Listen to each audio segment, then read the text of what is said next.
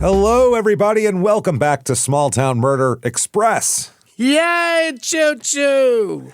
Oh, yay indeed, Jimmy. Yay indeed. My name is James Petrogallo. I'm here with my co-host. I'm Jimmy Wissman. Thank you, folks, so much for joining us today on another absolutely wild and crazy New Jersey edition of Small Town Murder Express. New Jersey, the Florida of the North, everybody. And here it is. We have a very crazy one for you today. Before we get started, though, definitely do me a favor. Head over to shutupandgivememurder.com and get all your tickets for live shows, get all your merchandise, live shows upcoming. Next ones with tickets available is September 18th in Milwaukee at the Pabst, which is a great venue, and we love going there. It's beautiful. It's like our third time there, I think. Minneapolis the next night, September 19th. Get your tickets right now, Minneapolis. Let's do it. And then October 3rd in Dallas, October 16th and 17th in San Jose and Sacramento, and then November 13th and 14th in Terrytown and Boston. So get your tickets right now and do that. Well, Minneapolis. Get in there, Minneapolis. Get your tickets. Buy them now. So shutupandgivememurder.com. Definitely get yourself Patreon. What are you waiting for? What is that? Patreon. What is that?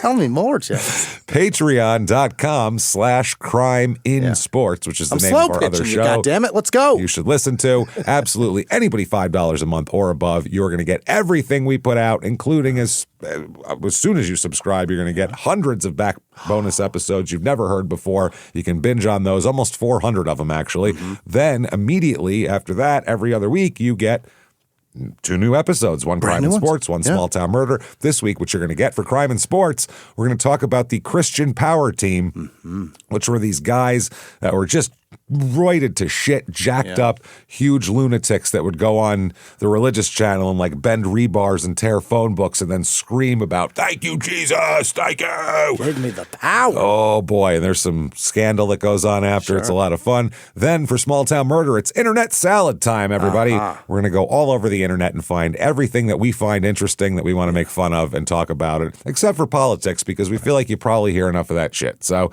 we'll keep it to the other stuff. So patreon.com/crimeinsports. And on top of that, you get everything we put out, all the crime and sports, all of your stupid opinions, all the small town murders, all ad-free. Ad-free with your Patreon. And you get a shout out at the end of the regular show. Jimmy will mispronounce your name all sorts of different ways while trying to get it correct. Now, that said, I think it's time, everybody. Here we go. What do you say? Let's all sit back here. We got to clear the lungs here. Let's get going. Here we go. Arms to the sky, and let's all shout.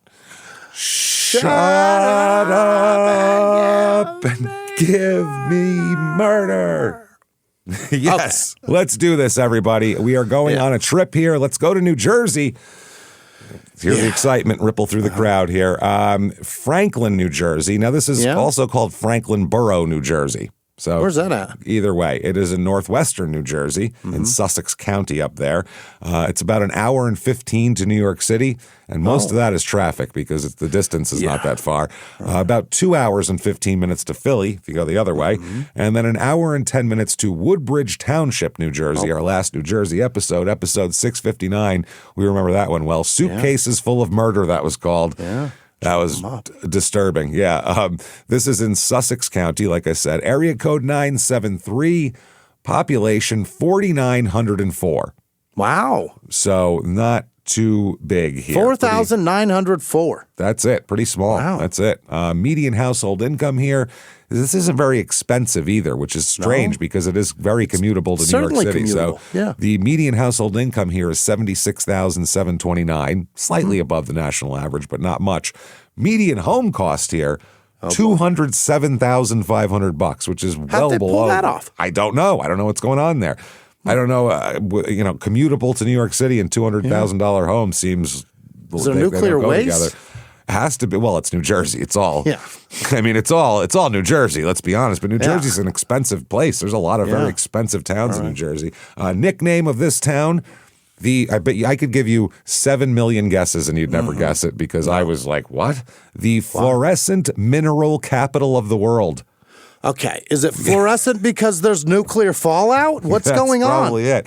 Well, part of it is we're just going to do a drop of history because we have a pretty lengthy story here. All right. Basically, this town is located on a rich ore body containing more than 150 minerals, many of them fluorescent, and 25 of which are found nowhere else on Earth except for northwestern New Jersey. Wow. Like neon and shit like that? Yeah, wild fluorescent minerals that are only found here, nowhere else on the planet.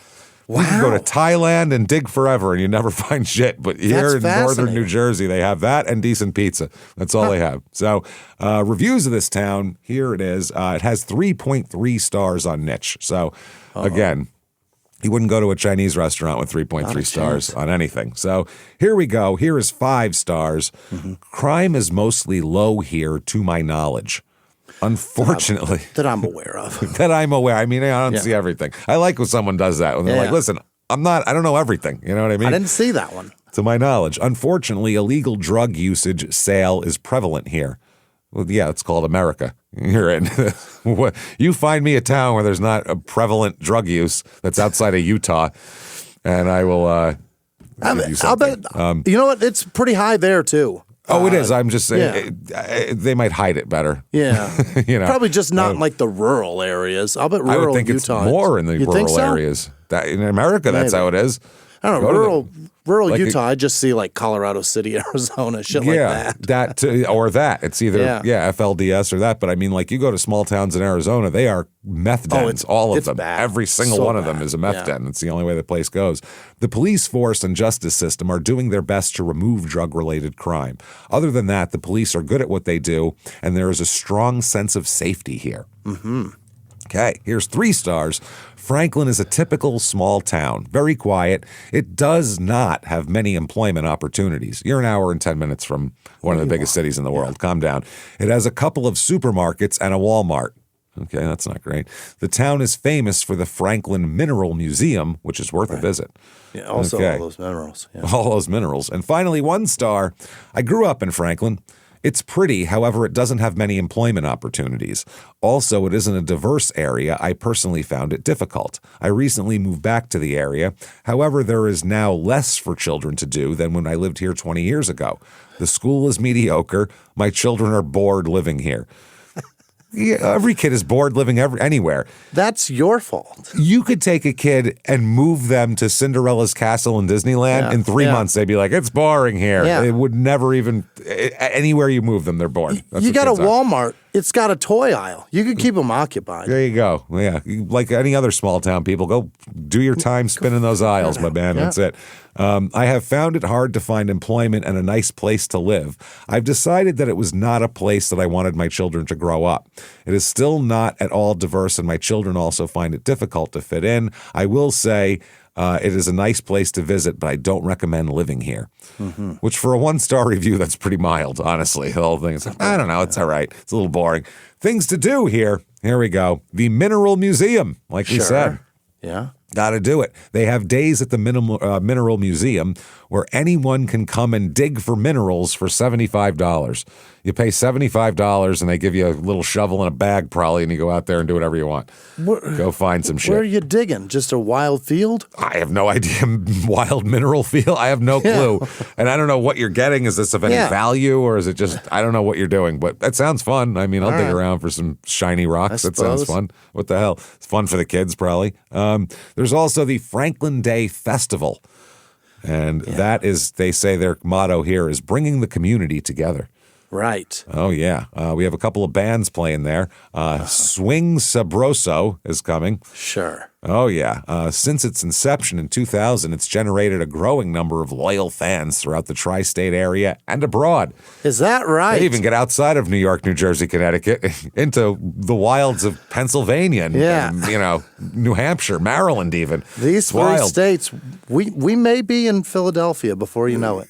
Yeah, I like this, though. Swing Sabroso was formed by Ray Rodriguez, who struggled with cancer and lost his battle in April of 2016. Jesus Christ! What the fuck are we doing? You're trying to... This is supposed to be an upbeat... In the other paragraph, they're talking about how this is upbeat, like Latin swing shit, and it's fun, and like... and then also our cancer. founder's dead. During his long battle, he turned over the band to Eddie Munoz, who has been with the band from the beginning and was a friend for many years. So, don't be mad at Eddie. It's fine. They also say they've completed their third CD. Yeah. Oh, they got those still. Oh, boy. Yeah. And then there's Full Blown. Yeah. Full blown. What? I was going to say, you can put a lot of things on there. That's the first one I thought of, obviously. Did the founder of this die of AIDS? What the fuck? They're a vibrant New York-based live band rooted in funk, soul, and urban classics. Yeah. So they just play, Full-blown covers. Full-blown covers here. Their performances often featured in venues like Cutting Room NYC, Oakley Kitchen, Kumo 27, who cares? Okay. There's also concerts at the Pond. Yeah. Where they'll have some concerts, and you know where they are? Where's that? At the pond? At the pond. Yeah. On the water? We got the Glenn Roberts Band. Yeah. Okay. There's also the Miss Franklin pageant that night, so that's fun. Then there's Unhinged, who plays classic rock, hard rock, alt rock. Then there's the Franklin Band. I wonder, sing songs about the town. Yeah. And then Mile 39 Band will be there as well. So those are on different weeks. Very vague sounding everything. Everything very vague. There's not a lot of descriptions, just that's it here. Okay, concerts begin at 6, by the way. Get your asses in there. Perfect. Get some lawn chairs and shit. All right, that said, let's talk about some murder. What do you say, everybody? Let's get into this because this is heavy for an express. Okay, let's talk about a young man first. Well, not a young man anymore, but a young man in the story. Thomas Joseph Koskovich.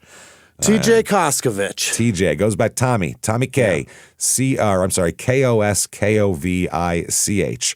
Now, keep in mind that name, Koskovich, because it doesn't sound very Italian, does it? No, but it does sound familiar, doesn't it? Koskovich. It sounds like they own it's like a sausage company or something. They make sweet Polish sausages guy, in the Midwest. It sounds like a Chicago sausage outlet. Sure. Now, old Tommy K here, born May 6th, 1978. He is raised, well, we'll just let what a psychologist said later on kind of sum up his childhood here. He was raised in a home plagued by, and I quote, infidelity, violence, substance abuse, gambling, criminal behavior, and suicide attempts. Wow. Nice household he's got there. His parents are Stephen Koskovich and Victoria Koskovich, but they won't really raise him the whole time. Don't worry. Well, they're busy gambling and cheating on each other. No. That's grandma who does that. These two are different. Stephen has multiple kids. And wait till I tell you about Stephen and Victoria, by the way. We'll get to them in a second. But Stephen has multiple kids and told Tommy when he was young, 7, 8 years old, and he'll admit to this later, he told him, I love you the least of my 3 children, which is hilarious. The fact that it's fine to love everybody. Let's face it, we say, I love all my kids equal. Bullshit. No, you got a pecking order like everybody else does. Yeah. We all do. And they change from time to time. Oh, yeah, you're jockeying for a position over here. Yeah. I would never tell them where they are in the pecking order.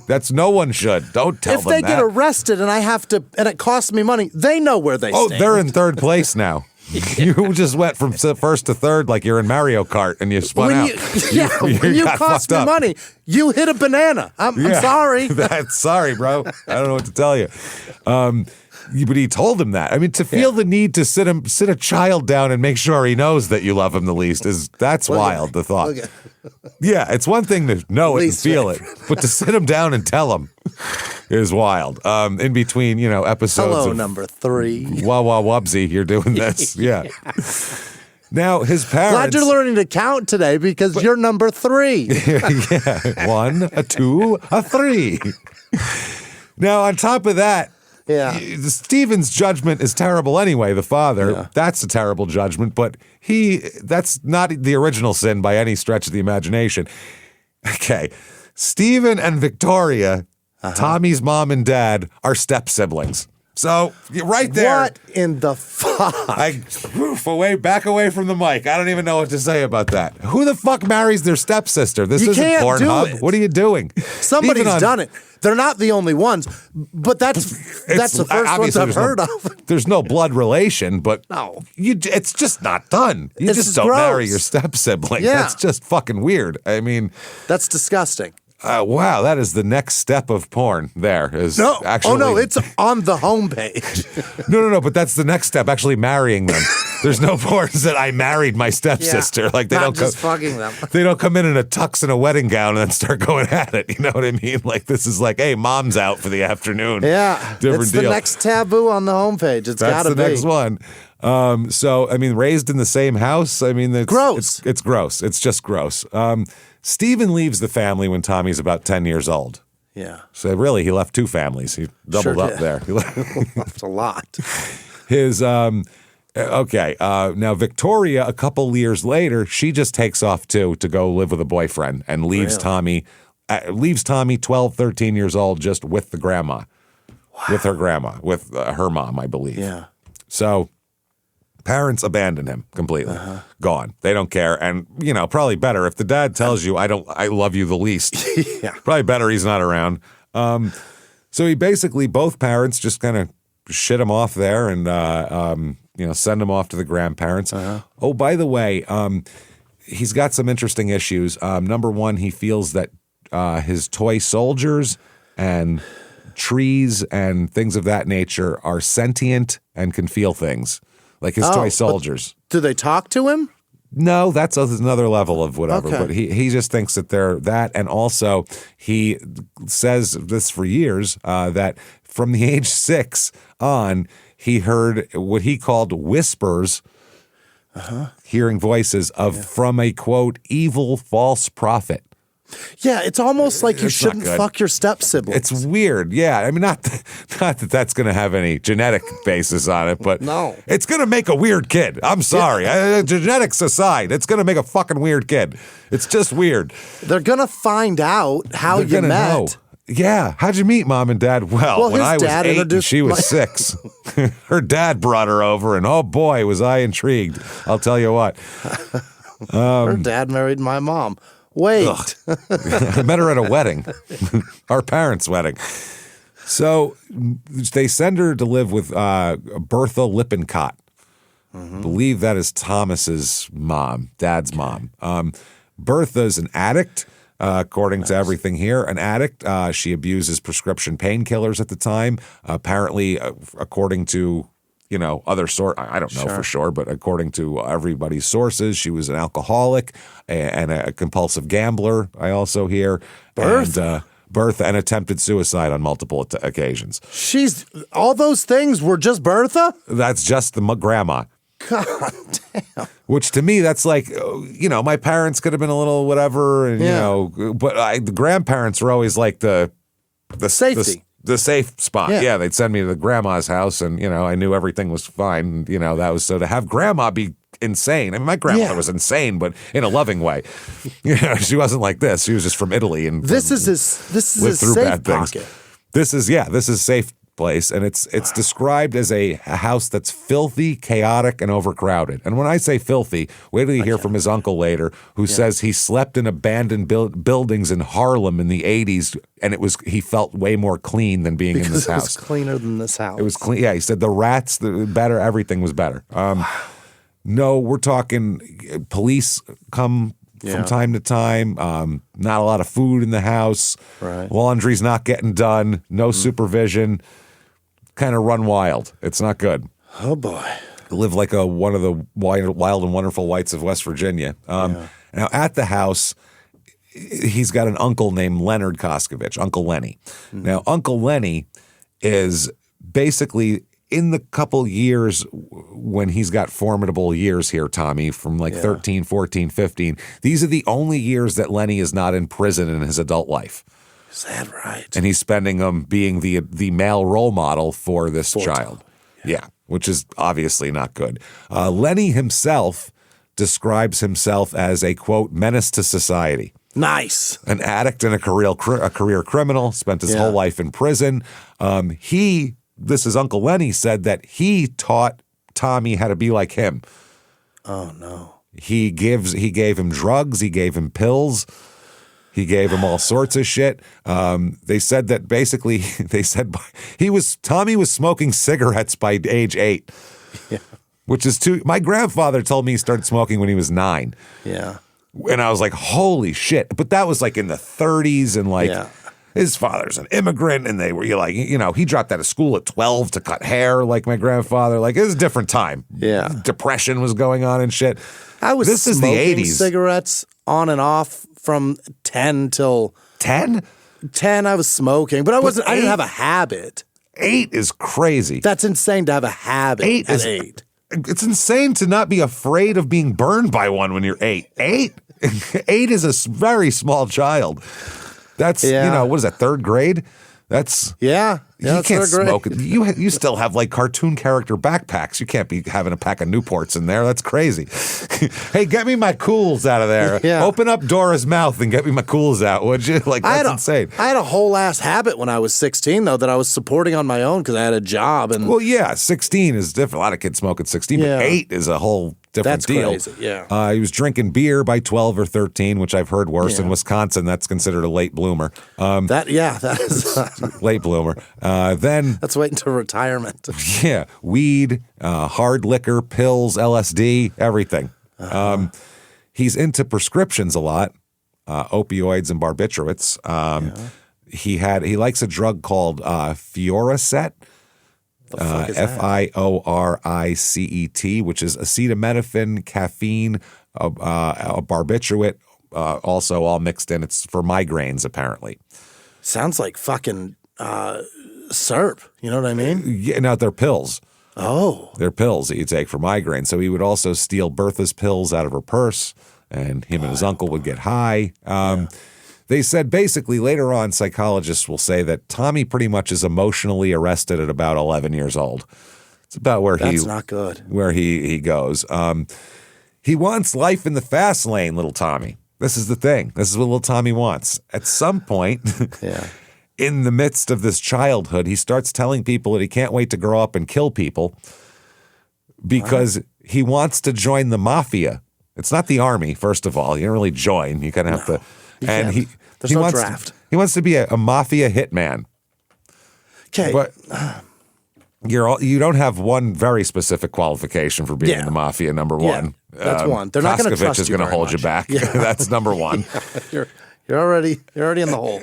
Yeah, you can't just show up and be like, "Who do I got to kill to be in the club, guys?" That doesn't work. He thinks that killing someone, if he kills someone, then he can go to the mafia and be like, "Look, I killed this guy," and they'll be like, "Oh, well, yeah, you're a private now," and like give him a little uniform, a little suit with like no stripes on it, Right? They got a guy that yells at him to do push-ups. Yeah, well, no, it's eat that pasta, and you got to keep eating it. There's different things. Yeah, stuff that more cannoli. Meatballs. More meatballs. Let's get that meatball. Let's go. Come on. Make it in a ball. Say gabagoo. Gabagoo. All right. Come on. Drop the O off the prosciutto. Let's go. He also would like to be a Navy SEAL. So he's got very high aspirations. He wants to be a mafia hitman Navy SEAL. Yeah. Which sounds like what a 13-year-old would say. That's absurd. That's what a kid in 7th grade would say. I'm going to be a mafia hitman and a Navy SEAL. Oh, okay, great. And then an astronaut and a movie star and, so he's got a buddy who's not quite as fucked up, but, he's pushing it. Jason Arthur Vreeland, V-R-E-E Land, okay? Born September 5th, 1979. His parents are, he's got a dad named Arthur, we'll talk about here. His dad is described as violent and abusive. So clearly we bond over that. That's going to be our... That's our talking points. We're not sure if he knows his ranking among the children, though. That's one thing. We don't know if he knows that. And they moved constantly. Yeah. They have to move all the time, different towns, and basically every time Jason get in a new school, he'd get picked on because that's New Jersey. And I did the same. When I moved a lot when I was a kid, went to a shitload of different schools in New York. And what people year is this? Try to fuck with you. He was born in 79. So 80s, our age, basically, these guys. So... But that's what you got. You got picked on, and you better be, funny or quick to punch or something. But or just take it and fucking move along if that's what you're going to be. Yeah. So now Jason's got an incident that happened that he describes as the bus incident. He said, "Quote: I got pulled off a school bus by a bully. The bus driver didn't care. The bully opened the door, pulled me out, and started to beat the living hell out of me." Yeah. He said the driver didn't care, and so he didn't trust adults after that. He gets a broken arm, and he said the driver watched the whole thing happen. Broke bones, Jesus. Hey, you know what? It's none of my business. You're in. Yeah. Jersey's a very none of my kid. business state. Hey, I don't know what the hell's going on. It's between the two of yous. I don't know. I don't know who did what. I don't want to get on the wrong side of this. Ain't my problem over here right now. Age 14, he's using drugs. He said, quote, I really acted out in school so I would fit in. The other kids saw me as the kid who would do crazy things and take a ton of drugs, which is another way to not get picked on if you're the crazy guy. And it seemed every time I moved and went to another school and being the new kid, I was picked on. The only kids who didn't seem to pick on me were the druggies. Now, druggies are very accepting. They're very passive folks. That crowd is very accepting in high school. They really are, because they're the outcasts. That's why they're doing drugs when they're 16. So also, because what we're doing is illegal. So yes, if you're doing it too, we're both probably criminals. Got a similar background. Yeah. You know, a lot of the jocks might come from a different background, Sure. and they see that you're different, and they pick on you. So he went to a technical school on and off, got bad grades, got in fights all the time, just looking for friends and looking for a place to fit in and looking to not get picked on. And then he meets Tommy, who's kind of a crazy guy, and he's a year older than him, and kind of sees him as kind of not a protector, but almost kind of a guy he can have some sort of kinship little worse with. for the wear, so he's a little tougher. He can handle Maybe, things. yeah, exactly. Like you go to his grandma's house, you're like, "Whoa, this place is makes my house look like Little House on the Prairie here." They say you were number 3. Is that right? Number 3, eh? So Jason really latches on to Tommy, and and Tommy's he's full of shit and he's charismatic, and a lot of times. Kids who are looking for something will gravitate toward kids like that. He's talking about guns all the time, Tommy, talking about killing. He talks about the mafia. He's got a car, a really shitty, beat to crap Chevy Cavalier with a fucked up muffler that's insanely loud that you can hear from a half mile away, and a broken headlight. So he's got a fucked up loud padiddle Cavalier. Not good. Yeah. Not good. There's also a guy named Michael Conklin. Conklin, who's 19 years old, is another one of Tommy's friends, but he doesn't figure too much into this story, but we'll talk about him. April 8th, 1997. Tommy proposes to Michael Conklin, let's break into Adventure Sports, which is a hunting and fishing store, like a Cabela's or something, but, small, just one-off family Small owned. Bass Pro, It's on Route 23 in Franklin Borough. Sells camping gear, fishing rods, guns, things of that nature. Outdoorsy shit. Now, Tommy had been in the store and scouted it out, even picked out which guns he wants in there. Really? So Conklin agrees to help. They get into Tommy's blue Chevy Cavalier. They drive past the Franklin Borough Police Station to see if any cops are milling about. And they don't seem to be. And if they are, they're going to hear us because my muffler's fucked up. They're probably going to pull me over. No cops around, so Conklin drops Koskovich off at the store. Well, Tommy gets dropped off at the store. Conklin parks the car at a nearby apartment complex and waits. Apparently, Tommy takes a baseball bat and smashes the front window of the store in. So much for subtlety. No alarm. Oh, yeah, that's good. So, one way to know. If you hear the glass, then it's one thing. If not, it's fine. No subtlety here whatsoever. They're not picking locks or anything. You tell me, a place that sells guns has a window that you can bash through and no alarm goes off? No wee goes off. That'll come up later. Don't worry. Well done, guys. He takes 3 handguns, a 40 caliber, a 22 caliber revolver, and a 45 also. Big ones. Big ones, yeah. Well, except for the 22, but whatever. 2 big ones, though. 2 big ones. After about 20 minutes, he's back at the car, and they're driving away. They drive to a laundromat where Tommy stashes the 3 guns under the hood of his car, changes his pants, and then they go back to Conklin's house, and Tommy crashes out there the next night. All right. The next morning, Tommy's showing the guns off. He gives Conklin the 40 cal, and he keeps the 22 and 45 for himself. Really? Puts them in a duffel bag and leaves. Now, the original plan was to sell the guns, or at least some of them, to be able to buy cocaine, to be able to flip the cocaine for profit. So they want to start a coke business with these guns, okay? Yeah, you gotta get that seed money, James. And at the same time, and this is an odd thing, we've seen, you know, any kind of, I've seen it in real life too, but I mean, you can watch any movie you want or TV show and someone's starting drug dealing and stuff. It's a pretty, you know, it's an involved endeavor. You got to get into it all. You got to know. They also have a side thing they want to do since they have a gun or two now. Right. They want to also, this is Tommy's idea, they want to rob pizza delivery drivers. Oh my God. Which is the dumbest thing I've ever heard because I delivered plenty of pizza. Every time you go back into the store, you drop your fucking money off for the most part. Or you might keep, but what do you got, $80 on you? You don't have thousands of dollars. You can't run around with 100 pizzas in your car. By the time you get to the last one, they'll be like, I'm not eating that. No, exactly. Nor am I paying for it. At one place, I'd keep the money at the end of the night. You'd cash out like a waiter, basically. But it still was like, would I have $120 on me? Like, it wasn't like worth killing a person over. It's silly. So Conklin asks him the question. He says, why? Why you want to sell cocaine? That's one thing. You make some money or whatever. Why do you want to rob pizza delivery people? That sounds stupid. Great better question. people to rob than that. Yeah. Out of all these kids, he's the only one that went, why? Why? And everyone went, huh? I don't know. Like that old Mr. Mr. got a point. Remember the old Mr. Show sketch where they were going to blow up the moon? Yeah. They were going to blow up the moon and they had a monkey who was going to press the detonation button and the monkey did sign language and the monkey asked why and they all went, and then they went and got a new monkey that didn't have no sign language. That's what they did. That was the solution. Sucks. So Tommy said, quote, "They're easy targets. I just want to kill someone for the thrill of it."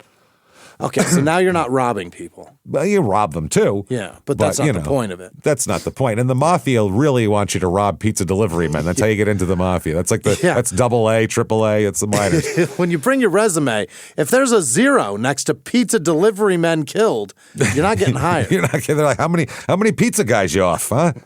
I'm not seeing any on here. I don't know what the. You're gonna go back and kind of work that resume a little more. Go dig some holes, man. Come back in a couple of years. So for the next week and a half, they put a murder plan together of they're going to try to basically just let's rob a pizza guy and kill him just for the fun of it. Okay. So April 18th, 1997, Tommy tells his friend Christine Slater, a young lady here, a teenage girl in the friend group. He's hanging out with Christine and he tells her basically everything. He says, I'm going to order a pizza. I'm going to have it delivered to a remote address and I'm going to kill this delivery person. Mm-hmm. And she said, why? Why? Yeah. Yep, that's exactly what she said. Why? Yeah, pray tell. Yeah. And he said, well, because I want to join the mafia. Duh. Okay. Yeah. And you join by killing someone, which is, again, not They're going to hear works. about it. I'm not even going to have to go find them. It'll get through the grapevine. A guy in a suit will come knock on my door. A guy in a tracksuit will come and, hey, come here, he's eating a sandwich. You know the guy. She doesn't call the cops or anything like that because she thinks it's Tommy running his mouth. He thinks he's going to get in the mafia for killing a pizza guy. He's just an idiot. Who cares? Because this is a dumb thing to think. Yeah. And I've heard people say, kids when I was a teenager, say dumber shit than that, and you just ignore them and nothing ever happens. That's the way it works. Now, he tells Michael Conklin as well. Conklin said, I don't want any part of that. Oh. He's the why guy. Yeah. He was like, I don't see a point to this. I'm not getting involved in this. He also tells a kid named Jason Kelly.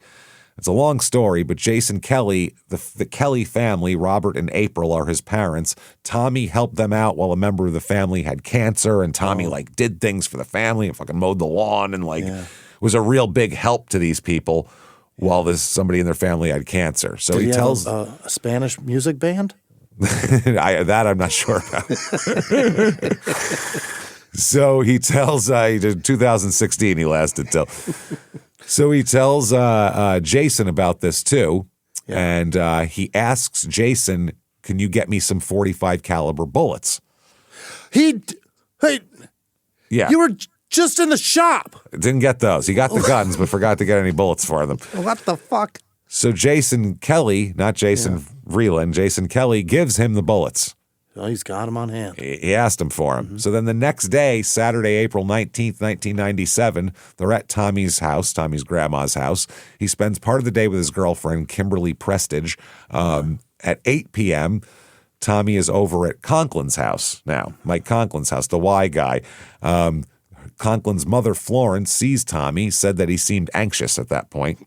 About 9:30, Jason Vreeland and Tommy, they're at Tommy's house, and the two of them get all dressed up to leave the house. Tommy straps on the .45 caliber semi-auto across his chest underneath his shirt. Vreeland puts the .22 caliber revolver in his chest under his shirt. So they take a phone book, because at the time he needed a phone book, and then they go to Dunkin' Donuts with a phone book, okay? Which all the teenage kids do. You grab a phone book, you go to Dunkin' Donuts, it's a party, remember? He doesn't know the phone number to the pizza joints? Well, there's a thing here. They copy down a list of phone numbers of local pizza places on a piece of paper. Okay, so the Go local through the ones list. have to, They'll see where they are. Yeah. They get change. They even bum some change off Kimberly, Tommy's girlfriend. She gives them some change so they can make calls. 11:30 p.m. now. Let's fast forward 2 hours. That was 9:30. At 11:30, they end up back with Kimberly. She says later on that Tommy and Jason came back around 11:30 and they were wrecked and falling all over the place, quote unquote. She said that earlier in the day, Jason Vreeland had nothing in his wallet. Now he had a $5 bill. And the next day, he's got about $170 and she doesn't know where it came from. Okay. So let's find out where it came from. At 9:30, they're at Dunkin' Donuts. About 9:50, or they were heading to Dunkin' Donuts. About 9:50, they're driving in the Cavalier. They have their pizza place numbers. They drive the blue Cavalier out to Scott Road in Franklin Borough. It's a middle of nowhere country road, basically. They pick an address. They're looking for addresses on this street. Right. They pick 196 Scott Road, which is an abandoned house. Empty. All right. And nobody lives there, and the house has got some distance between them. There are houses there on the street, but they're not, right on top of each other. But this house is empty and dark.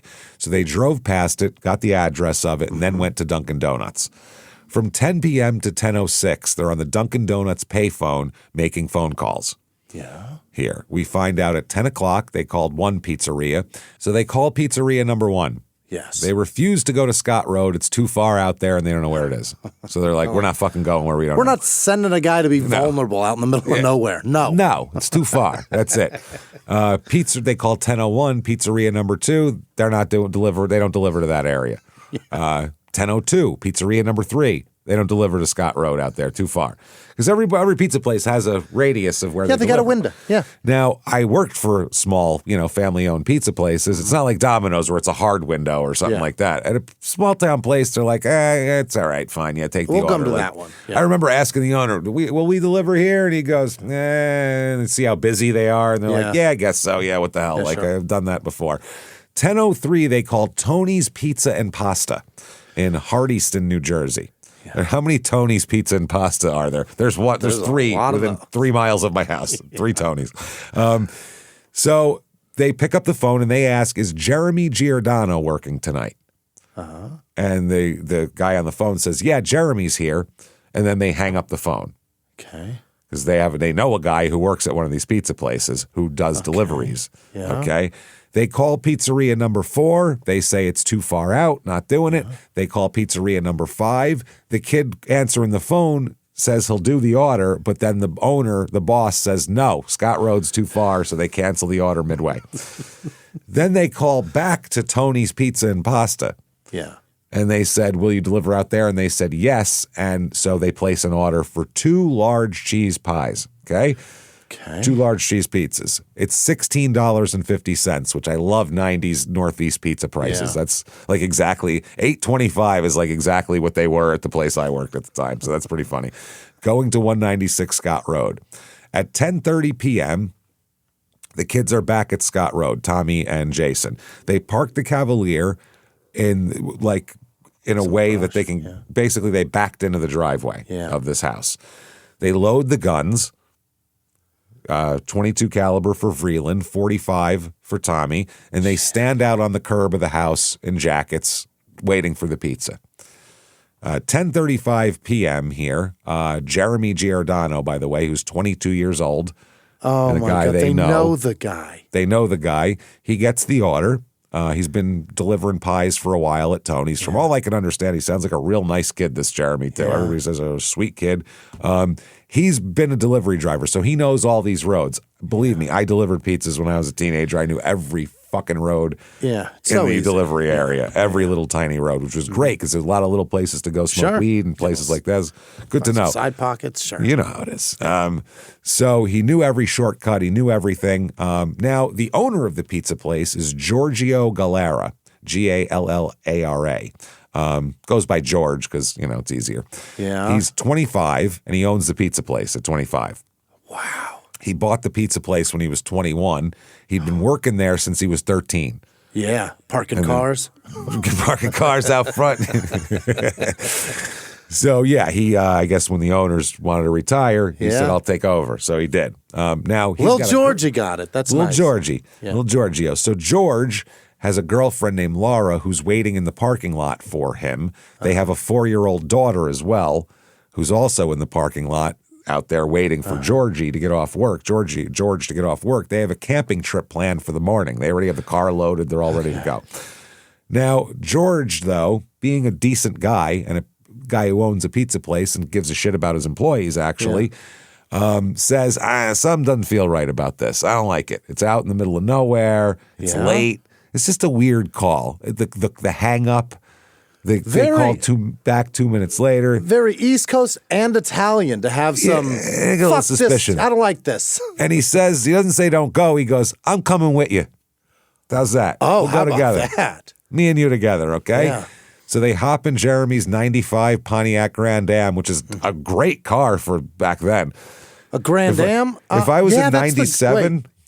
In 1997, if I had a 95 Grand, never mind what it is, it's 2 years old.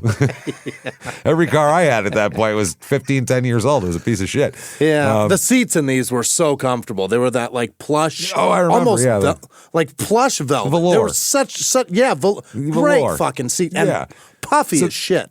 They're nice. So they drive out 1045 to Scott Road, and basically they get up to the house. Yeah. Jeremy's driving. George is in the passenger seat. Car pulls up to the curb with the passenger side facing the boys on the curb there. So it's on their right, on the car's right. Now, they say 1650. George is the guy in the passenger seat. He says 1650.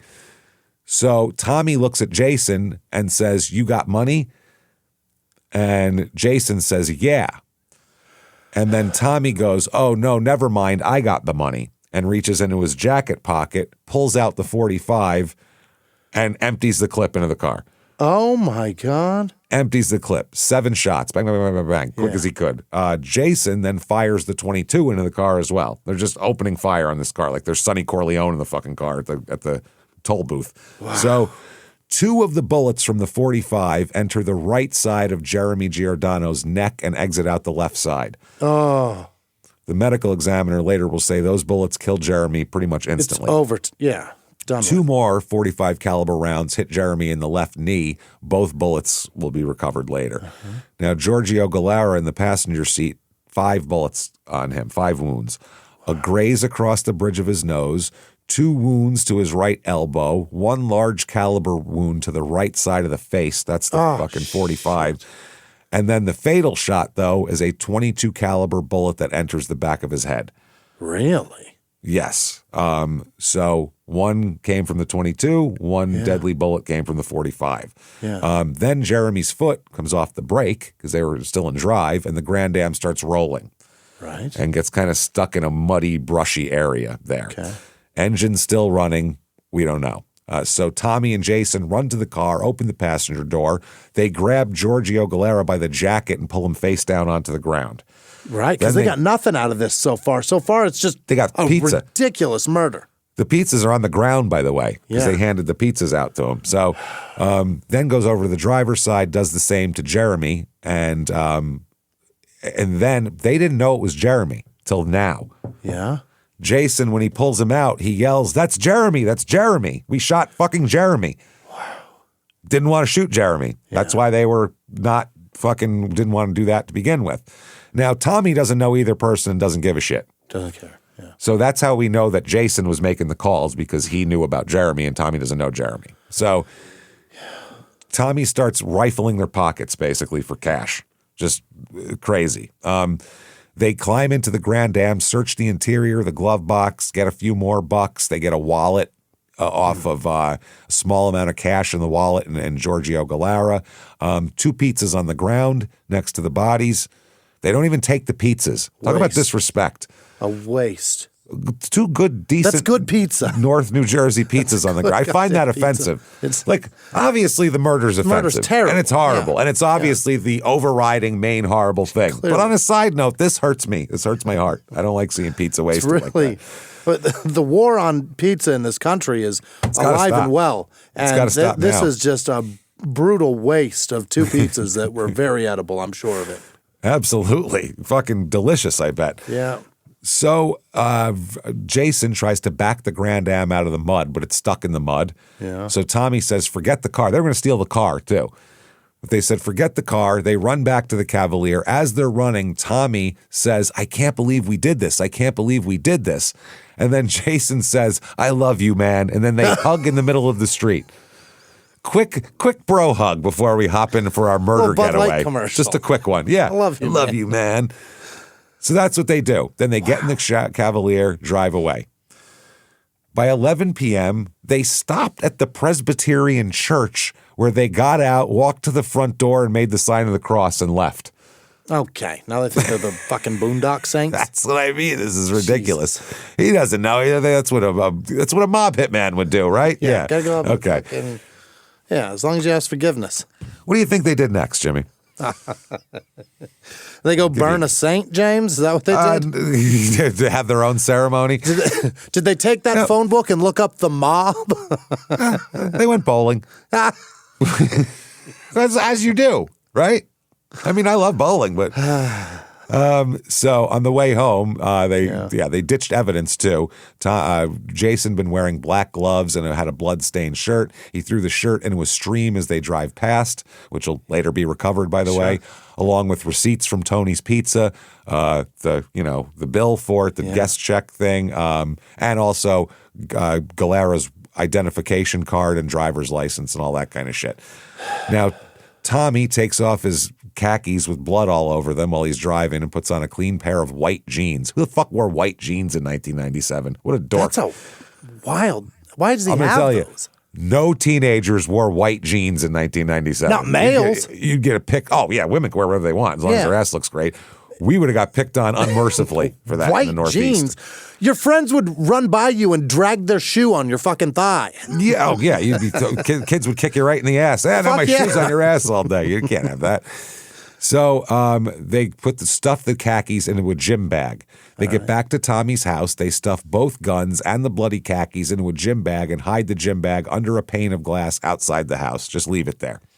Yeah. Okay. Then they go bowling. I don't know if this is we don't know if this is like an alibi. We don't know what they do. I think Tommy not bad, about a 175. He's pretty good. I'll tell you what. So then they go home and they fall asleep on Tommy's couch. Now Kimberly was in there at some point and said they were wrecked and all over the place at 11:30.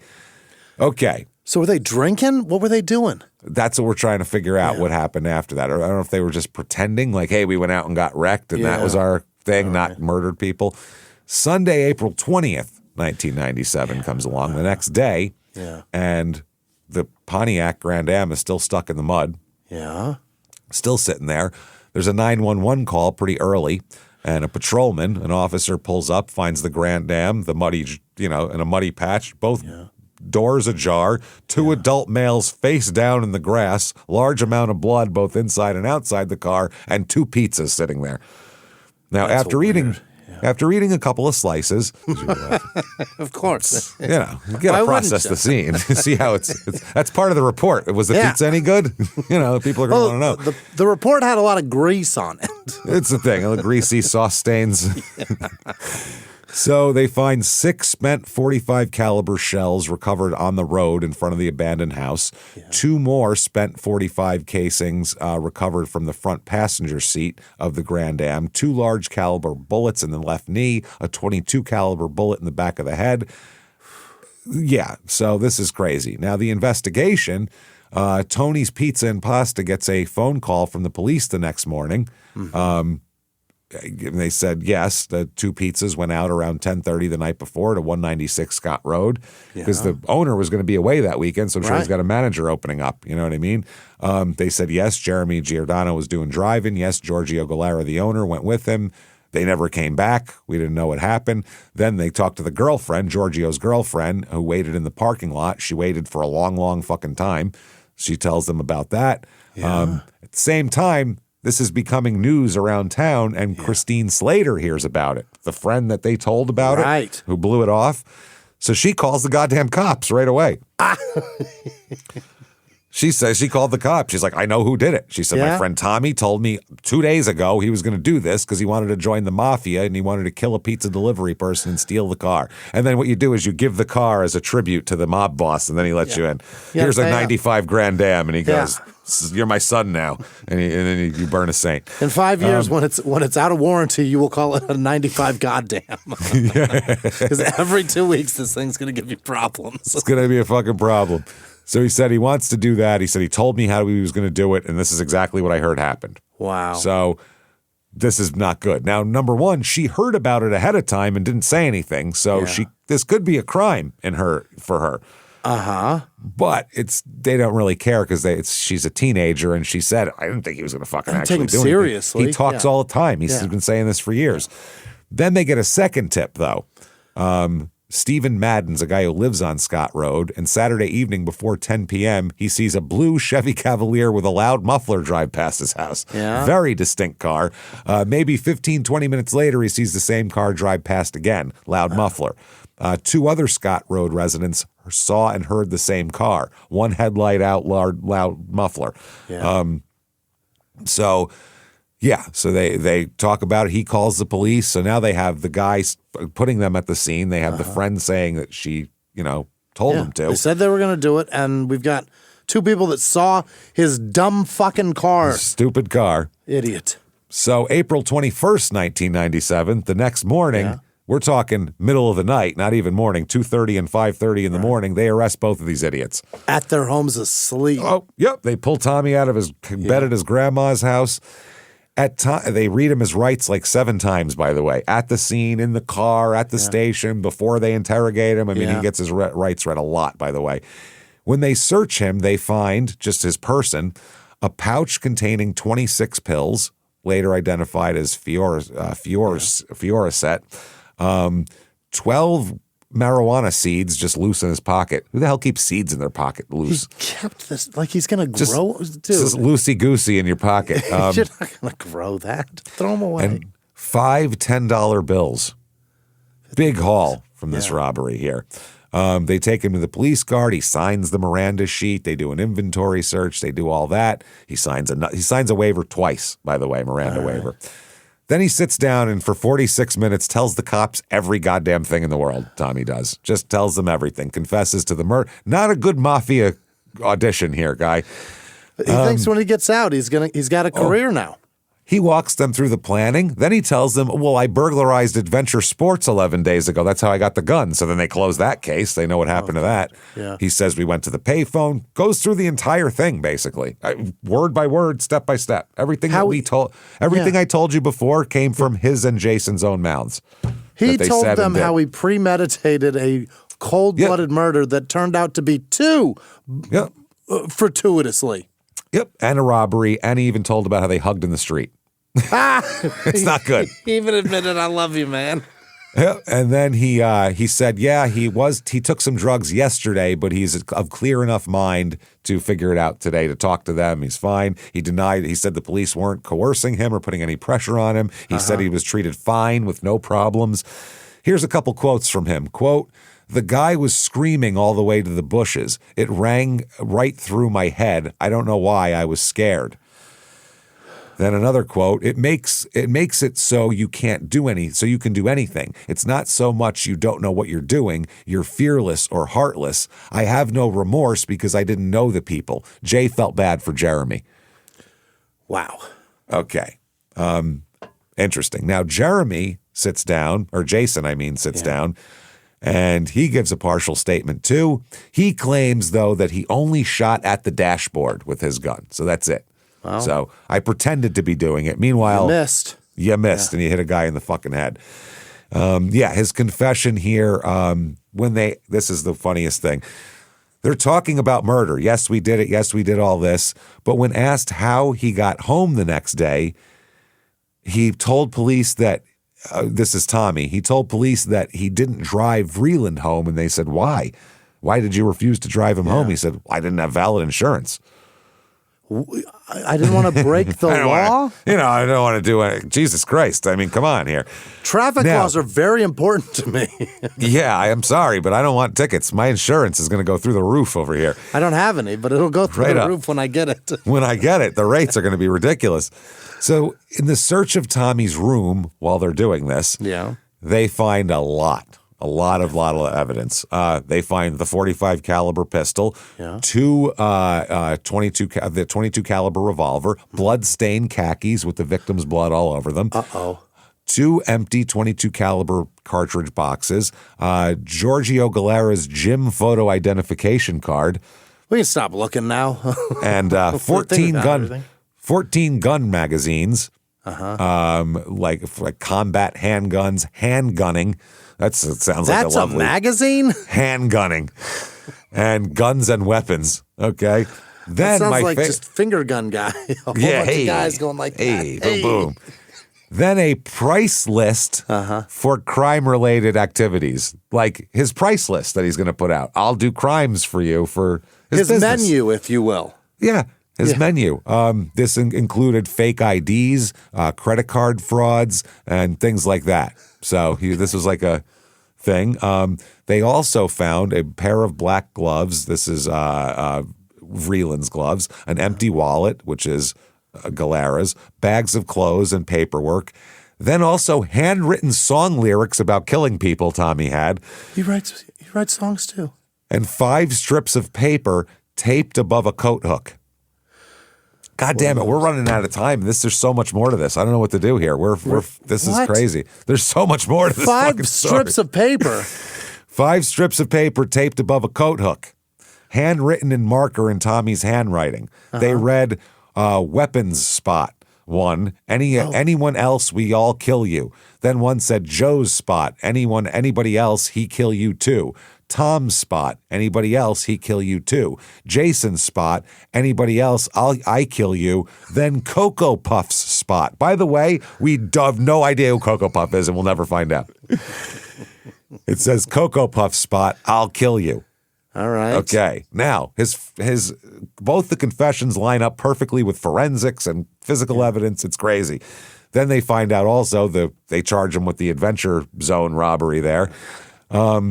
Then they talked to Mike Conklin, who participated in the robbery, and Mike said after the murder he talked to Tommy. Tommy came out, stuck his hand out, and said, how does it feel to shake the hand of a killer?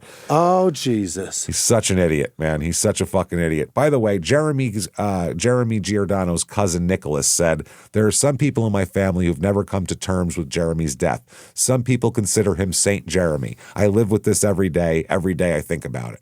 That's fucked up. They charged Tommy with 16 counts of shit. Oh, yeah. Everything you can imagine. Murder and robberies and this while Marijuana doing this. possession. Felony murder. They didn't charge him with that. They didn't get him with eventual marijuana possession? No. Someday. The state will seek the death penalty on Tommy. Yeah. Because he's over 18. Jeremy's only 17 and they can't seek or Jason's only 17. They can't seek the death penalty against him. Yeah, he's a minor.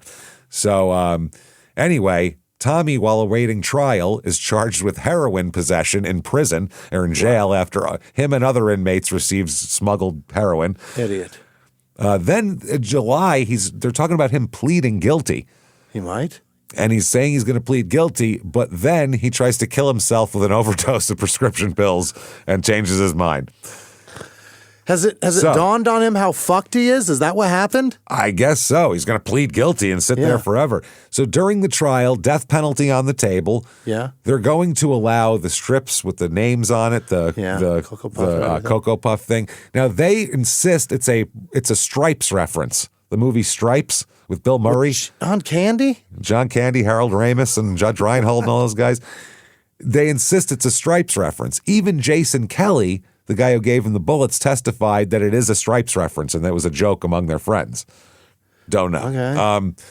The trial court said, no, they're all coming in. The price list is allowed in, the gun magazines, that's to say he was experienced with guns and knew what he was doing, and his confession, everything's allowed in. All right. A detective reads his song lyrics about killing people in a deadpan voice to the jury, which... It's a bad rate. If a detective reads anybody's lyrics, I mean, you could take the greatest lyrics in the world. You could sit in there with just a fucking list of Nas lyrics. It would sound horrible coming from a deadpan detective. Mom's spaghetti. Yes, over and over. And he says, quote, about killing people, you can kill by, and then it's illegible, or on by guns. One night you break in somebody home and you take their money and kill by drive something illegible down the road and shout and shouting by the big heads the best. Those are lyrics. They don't rhyme. Bad. So they bring everybody in. The friend who, a Dunkin' Donuts employee who saw them on the payphone. Yeah. You name it. Everybody, the people who, the girl who heard him talk, the Jason Kelly guy, everything. The defense case is, he didn't really do this, what are you talking about? That's basically their case. He wasn't there. Their case is, but he's a fucked up kid. He's got mental illness. Yeah. So they bring shrinks in to say he's got mental illness. His grandma's illness. house? It's all fucked up. Yeah. So verdict comes in. Unsurprisingly, he's guilty. Yeah. Yes. Now, after he's guilty to that, on the same verdict sheet, they say, did Tommy, by his own conduct, fire the bullet or bullets that killed Jeremy, yes or no? Unanimously, they vote yes. Now, that makes it go to the penalty phase, and now the death penalty can be used. Got If it. any of them said no, they can't have the death penalty. There's like a double, safety mechanism there, so there's not just random death penalties given out. Sure. So they sentence him. During sentencing, they bring up a lot of mitigating witnesses talking about how horrible his childhood was. Yeah. His grandmother fed him pills. His uncle fucking fed him drugs, this shit. His parents grew up together. Yeah, the Kelly family said that Tommy helped them out that's Jason Kelly's father. When Robert had cancer, he ran errands. He's kind. His uncle Lenny takes the stand. Oh, boy. And says, quote, let me tell you something and I'll tell everyone in this courtroom. I'll tell anybody in the whole world and I mean it. This comes from the heart. I would switch places with that boy right now, today, in a heartbeat. Give me his sentence. Let him go home. That's what he says. That's not how it works. He said, I did this. This is my fault. Oh. He said, this is my fault. I put him on this road. I fucked him all up. And he said that it's something to do with basically a psychological breaking point. And he said, everybody has a point. He said, I had that point too. But mine happened when I was in jail. He just happened to be out on the street, so he could do more about it. He so said, you want to let him back out to do it again? He said, everybody in my family's dysfunctional. Tommy released his anger at the age of 18. I let it out in the Sussex County Jail. I let it out in reform schools. They talk about that. He said, the very people in this institution right here name me a menace to society, a poor risk to the community, and I've been proven that time after time. Give me the lethal injection. Give me his sentence right now. Let me switch seats with that boy and give him psychologists. Find out what made him do it so you can teach the other kids not to. Wow. He says that my life got all fucked up. They said, what happened to your life to turn it on? He said, my mother's former lesbian lover, who was a bossy, mean drunk, hog-tied me for 3 days when I was little and beat me up because I tried to set fire to her bedroom. Oh, okay. He said, I wanted them dead. That's a fascinating day. Then about the house he grew up in, he said, I found cleaner living conditions in abandoned buildings in Harlem. Rats and dirty syringes were next to me, and I was much happier. Wow. They bring in the dad to say, I told him I loved him the least of all my children, and he says he did that. I got to get home to fuck my sister. Gotta go fuck my sister now. Bye. Then they bring in a psychiatrist that says that he's been receiving whispers from an evil false prophet. He believes he can predict the future and that on this year in 1998, the Chinese were planning to invade America on July 1st. That's a prediction he wants everyone to know about. Mm-hmm. He said, quote, he's a very disturbed young man. He is mentally ill. Okay. The prosecution rebuttal was, who fucking cares? This was premeditated as shit. Then they bring out Loretta Giordano, Jeremy's mother. Oh, no. I love this lady. She's a wonderful woman. She reads a 15-page victim impact statement about how much great her son was, and also that her son was super into Jesus and religion and all that kind of shit. Okay. Then on cross-examination from the defense counsel, they ask her a question, and this could go either way. They hear she's real religious, and they say, what's your family's views on the death penalty? She says, this is a great, very, very, this is what, like, I think if you're going to be Jesus-y, this is how you should be. This is Jesus-y stuff here. Quote, my whole family would like to see Thomas Koskovich take the evil that he's done and turn his life over to Christ. We're not in favor of the death penalty. I would like the jury to evaluate everything according to what they feel their job is to do and according to the laws, according to how they feel they have to answer to their God. Oh. We're not into it. So the jury, on the other hand, says, you, sir, may fuck off, death penalty. They are into it. We'll answer later. But if it's, okay, the whole point is if it's for the victim's family and they don't want it, then what the fuck are we doing? It's silly. Anyway. It's very funny that they were like, we'll take your words, lady. We'll answer it another day. Yeah, well, that's fine. Vreeland also has a trial. He's tried as an adult, but no death penalty. He is also found guilty as well, obviously. It's the same evidence. For him, though, you, sir, may fuck off life plus 35 years. Okay. Eligible for parole in 2044 when he's 65. Jeez. This is, wow. He's still not, he's right in the middle of it now. Yep. Tommy appeals and gets the death penalty taken away. By the way, the state appealed also, saying it was error to let Loretta Giordano testify about her opposition to the death penalty. It's fine when the victim's families come up there and say, please put this guy to death for that's fine. But then when they come up and go, we don't believe in it. No. That's what I mean. They rig it against it. It's the same reason you have to have a death qualified jury, which is 12 people who say that they believe in the death penalty rather than having some. So it's crazy. That's wild. Why can you do that? I don't know. He gets resentenced though here to his earliest parole date will be 2072 when he's 94 years old. The fact that he gets that opportunity is insane. He's going to be 94. What opportunities? He should not have. It should be life without. No fucking chance. There is no chance. He's going to be 94. What do you think he's going to do? Rob pizza guys at 94? 94, if he makes it to 94, spending 75 years. He does. Who cares? That'd be funny as shit. Yeah, let him live there forever. No pizza. He'll have a heart attack when he walks out the door. Now there's a civil lawsuit where the family, the Gallara family, sues Tommy Koskovich, they sue Vreeland, and they sue Adventure Sport for not having a goddamn irresponsible gun fucking thing. Done. Yeah. So anyway, the way that works is there's a settlement with figures for the combined civil claims appear to be in the range of $17 million. So we don't know how that's split up, but the boys aren't paying shit. Adventure Sport probably But there's a settlement. They got it. Yeah. 2007, New Jersey abolishes the death penalty. He ends up, by the way, Tommy starts writing Marshall Project essays and shit like that. And there's a book, David Laoza, called The Pizza Killers, that Tommy's family's very angry about because they say he lied and didn't talk to Tommy. Why? Called him a liar. There you go, everybody. There is Franklin, New Jersey. What a story. That's what a story, Mark. That's a crazy fucking story. And honestly, we might have been able to do a regular full-length episode on that. Possibly, just on all the aftermath. There's so much to cover with all the aftermath. But, we didn't want the story to be 2 hours of court proceedings. So we did it this way. I hope the Giordano's got taken care of, very well taken care of. I hope so. That's fucked scenario of how he got the gun in the first place. I hope Adventure Sport just didn't claim bankruptcy. I don't know how that works. I hope not. But either way, there's New Jersey, Franklin and Franklin Borough, however you want to say it. There it is. Thank you so much for listening. If you enjoyed this show, get on whatever app you're on. Give us 5 stars. Give a thumbs up on Netflix. It helps a lot. Thank you. And it's literally this. It's right there. Yeah. So you have to do. It's on your remote. You know how hard this was? You don't have to stand up. You could be whacking off. You could be. Yeah. Doesn't matter. If this is what you Whatever do you it got. to, this is what you do it to. That's fine. Well, I figure it's over now. Yeah. You click it not while it's playing. That would be Who weird. cares? There was brother and sister fucking in this.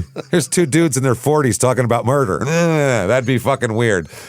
So thank you for doing that. Yeah. Definitely head over to shutupandgivememurder.com. Get your tickets for September 18th, Milwaukee at the Pabst. September 19th, Minneapolis State Theater. Get your tickets, Minneapolis. What are you people doing? Get in there and do that.